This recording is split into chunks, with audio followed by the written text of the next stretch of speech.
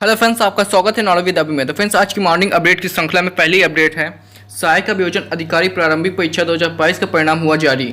उत्तर प्रदेश लोक सेवा आयोग ने 21 अगस्त को कराई थी परीक्षा। मुख्य परीक्षा के लिए 1079 अभ्यर्थी सफल। उत्तर प्रदेश लोक सेवा आयोग ने सहायक अभियोजन अधिकारी एपीओ प्रारंभिक परीक्षा 2022 का परिणाम शुक्रवार को घोषित कर दिया। मुख्य परीक्षा के लिए कुल 1079 अभ्यर्थी सफल घोषित किए गए हैं। यह परीक्षा 21 अगस्त को एक सत्र में आयोजित हुई थी। मुख्य परीक्षा के सफल अभ्यर्थियों को ऑनलाइन आवेदन परीक्षा शुल्क जमा करने की प्रक्रिया के संबंध में बाद में सूचना जारी की जाएगी। प्रश्नगत परिणाम से संबंधित प्राप्तांक तथा श्रेणीवार कट ऑफ अंक अंतिम चयन परिणाम घोषित होने के बाद आयोग की वेबसाइट पर प्रकाशित कर दिए जाएंगे तथा इसकी सूचना समाचार पत्रों में भी प्रकाशित की जाएगी। परीक्षा परिणाम पूर्णतः औपबंधिक है तथा इस संबंध में सूचना का अधिकार अधिनियम 2005 के अंतर्गत प्रार्थना पर स्वीकार नहीं किए जाएंगे और ना ही उन पर विचार होगा। उक्त परीक्षा के परिणाम उच्च न्यायालय में दाखिल याचिका में उच्च न्यायालय की तरफ पारित अंतिम आदेश के अधीन होगा। गौरतलब है कि सहायक अभियोजन अधिकारी परीक्षा 2022 के लिए 69 पदों के सापेक्ष कुल 64,100 ऑनलाइन आवेदन मिले थे। प्रारंभिक परीक्षा में कुल 33,315 सम्मिलित हुए थे। तो फ्रेंड्स, चलते हैं हम नेक्स्ट अपडेट की ओर। तो फ्रेंड्स, नेक्स्ट अपडेट में सहकारिता संस्थाओं में 25,000 पदों पर होगी भर्ती। प्रदेश के सहकारिता विभाग में 6 साल बाद विभिन्न पदों पर करीब 25,000 से ज्यादा भर्तियां की जाएंगी। यह भर्तियां मुख्य रूप से बैंकिंग सेक्टर में लिपिक, कैशियर, कनिष्ठ शाखा प्रबंधन के अलावा चतुर्थ श्रेणी के पदों पर होगी।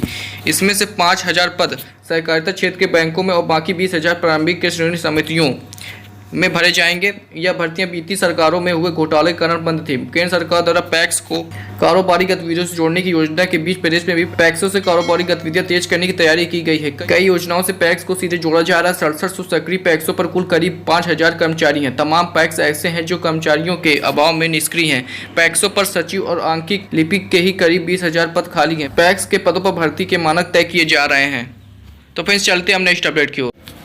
तो फ्रेंड्स, नेक्स्ट अपडेट में stenographer grade C D skill test का परिणाम घोषित 2209 सफल। कर्मचारी चयन आयोग एसएससी ने शुक्रवार को स्टेनोग्राफर गेट सी और डी परीक्षा 2020 स्किल टेस्ट का परिणाम घोषित कर दिया है। इसमें 2209 अभ्यर्थी सफल हुए हैं। सफल अभ्यर्थी को 29 सितंबर से 1 अक्टूबर तक एसएससी के क्षेत्रीय कार्यालयों में अभिलेख सत्यापन होगा। राष्ट्रीय स्तर पर मेरिट के आधार पर रिक्त पद के सापेक्ष अंतिम रूप से चयन होगा। केंद्र सरकार के 8 विभाग में स्टेनोग्राफर गेट सी के 85 और 31 विभाग में गेट डी के 757 पद खाली हैं। स्टेनोग्राफर गेट सी और डी परीक्षा 2020 के माध्यम से कुल 842 पदों पर नियुक्ति दी जाएगी। इन पदों पर भर्ती के लिए कर्मचारी चयन आयोग की ओर से लिखित परीक्षा कराई गई है। इसमें सफल गेट सी के लिए 3608 और गेट डी के लिए 13,445 अभ्यर्थियों का स्किल टेस्ट 20 और 21 जून 2022 को कराया गया था। स्किल टेस्ट का परिणाम एसएससी ने घोषित किया है। इसमें गेट सी के लिए 227 अभ्यर्थी सफल हुए हैं। सफल में एससी वर्ग के 35, एसटी के 9, ओबीसी के 91, ईडब्ल्यूएस के 32 और आरक्षित के 54 और एसटी दिव्यांग के 2 और वीएस दृष्टि वर्ग के 4 हैं। गेट डी में भी 1982 अभ्यर्थी सफल हुए हैं। एससी वर्ग के 354, एसटी के 133, ओबीसी के 649, ईडब्ल्यूएस के 280, अनारक्षित के 479, पूर्व सैनिक के 9 और ओएच के 48, वीएच के 24 और अन्य दिव्यांग वर्ग के 6 अभ्यर्थी हैं। एससी के क्षेत्रीय निदेशक राजीव सचान ने बताया है कि 28 सितंबर को प्राप्तांक और कट ऑफ जारी होगा। उससे 10 अक्टूबर तक वेबसाइट पर देख सकेंगे। 534 अभ्यर्थी यूपी और बिहार के सफल हुए हैं। इनके अभिलेखों का सत्यापन 29 दिसंबर से 1 अक्टूबर तक प्रयागराज में किया जाएगा। एसएससी की ओर एसएससी की क्षेत्रीय वेबसाइट पर उनका बुलावा पत्र जारी होगा। तो फ्रेंड्स, अब चलते हैं नेक्स्ट अपडेट की ओर। तो फ्रेंड्स, नेक्स्ट अपडेट में 1 नवंबर तक विश्वविद्यालय में शुरू हो जाएगा स्नातक सत्र। सीओटी कॉमन यूनिवर्सिटी एंट्रेंस टेस्ट का रिजल्ट आने के बाद विश्वविद्यालयों के ग्रेजुएट कोर्सों में दाखिले का इंतजार कर रहे छात्रों की राहत बड़ी खबर है। उन्हें नामांकन के लिए अब ज़्यादा दिनों तक प्रतीक्षा नहीं करनी होगी। अक्टूबर तक उन्हें नामांकन की प्रक्रिया पूरी हो जाएगी। 1 नवंबर तक ज़्यादातर केंद्रीय विश्वविद्यालय में स्नातक के पहले वर्ष की पढ़ाई भी शुरू हो जाएगी। मौजूदा समय में देश के करीब 45 केंद्रीय विश्वविद्यालय हैं।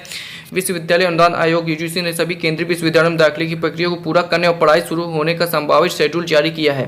अधिकतर केंद्रीय विश्वविद्यालय में दाखिले की प्रक्रिया 15 अक्टूबर तक पूरी करने की जानकारी दी है। दिल्ली विश्वविद्यालय ने दाखिले की प्रक्रिया 10 अक्टूबर तक ही पूरी करने की जानकारी दी है। पहले वर्ष की कक्षाएं कब तक शुरू होंगी यह अभी घोषित नहीं किया गया, लेकिन माना जा रहा है कि अक्टूबर के अंत तक पढ़ाई शुरू हो जाएगी। बीएचयू में 10 अक्टूबर तक और केंद्रीय संस्कृत विश्वविद्यालय में 1 नवंबर से कक्षाएं शुरू हो जाएंगी। उल्लेखनीय है कि सभी केंद्रीय विश्वविद्यालय सहित देश के करीब 100 विश्वविद्यालयों के ग्रेजुएट कोर्सों में दाखिला इस बार सीयूटी के जरिए हो रहा है। छात्रों को अब तक इन विश्वविद्यालय में नामांकन के लिए अलग अलग परीक्षा देनी होती थी।